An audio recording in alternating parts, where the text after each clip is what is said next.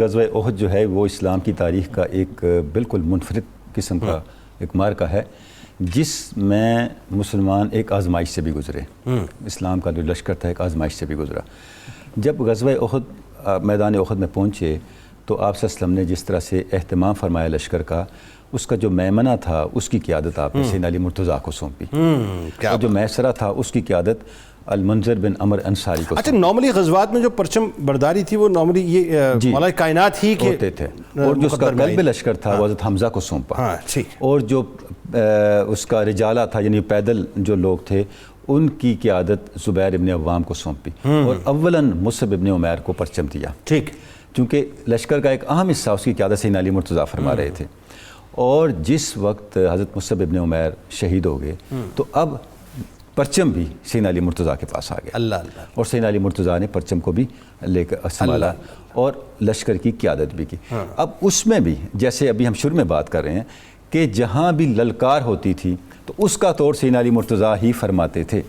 جب وہاں پہ ابو سعد بن ابی طلحہ نے للکارا، مبارزت کی دعوت دی، تو سیدنا علی مرتضیٰ نے جا کے اس کا مقابلہ کیا اور اس کو واصل جہنم کیا۔ اچھا، اب جنید صاحب، یہ جو غزوہ احد ہے اس میں جو مسلمان آزمائش سے گزرے اس کے کئی اسباب تھے۔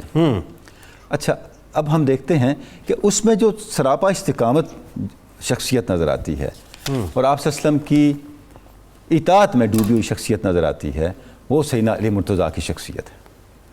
اور سیدنا علی مرتضیٰ نے اس موقع پر جتنی استقامت کے ساتھ کفار کا مقابلہ کیا اور لشکر کفار کو جس طرح اس آزمائش کے موقع پہ تحقیق کیا، اس کی ہمیں کوئی دوسری نظیر نہیں ملتی۔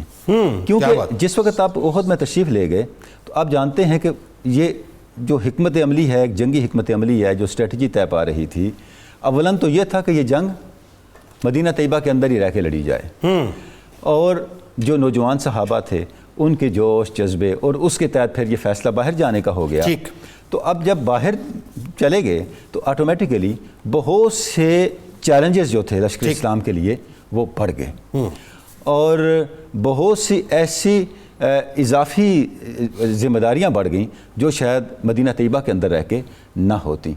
جب لشکر اسلام ان ذمہ داریوں کو ادا کما حق نہ کر پایا تو نتیجہ کیا نکلا؟ ایک بھگدڑ مچ گئی، ایک افراتفری کی کیفیت پیدا ہو گئی۔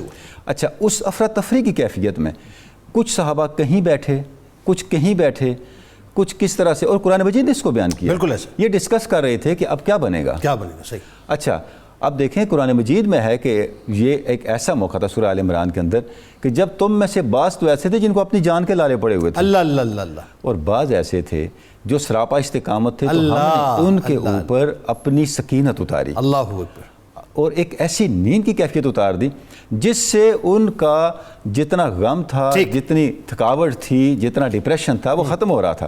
اچھا، اس سارے ماحول کے اندر سیدنا علی مرتضیٰ کی شان کیا تھی؟ وہ آپ صلی اللہ علیہ وسلم کی تلاش میں تھے۔ اللہ اکبر۔ اور جب آپ ان کو محسوس ہوا کہ آپ صلی اللہ علیہ وسلم کہیں لشکر میں نظر نہیں آ رہے تو آپ نے پہلا کام کیا کیا؟ آپ نے اپنی نیام کو توڑ دیا، تاکہ میری جنگ رکنے کا کوئی امکان ہی باقی نہ رہے۔ اور فرمایا کہ اب میں کفار کے ساتھ اس وقت تک لڑتا رہوں گا جب تک میرے شہادت تک نہ پہنچ جاؤں، اپنی جان اسی طرح نچھاور نہ کر دوں جس طرح مجھے حضور نظر نہیں آیا۔ اچھا، اسی دوران آپ صلی اللہ علیہ وسلم کے قریب پہنچ گئے۔